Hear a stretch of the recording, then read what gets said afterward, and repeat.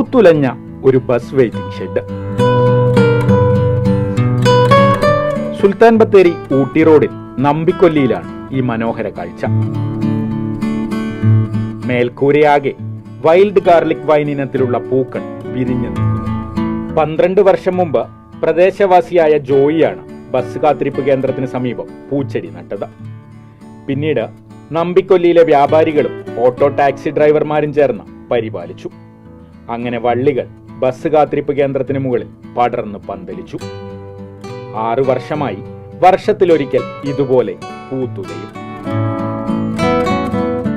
ഇത് നമ്പിക്കൊല്ലിന്റെ ഒരു ഐഡന്റിറ്റി ആയി മാറി. ഇപ്പോൾ ശരിക്കും വെട്ടി നല്ല വൃത്തിയാക്കിയൊക്കെ നിർത്തുന്ന ഞങ്ങൾ ഇവിടുത്തെ ഡ്രൈവർമാർ കടക്കാരൊക്കെ ഉണ്ട് ചേർന്നിട്ടാണ്. വേനലിൽ നല്ല തണുപ്പാണ് ഇതിനുള്ളിൽ.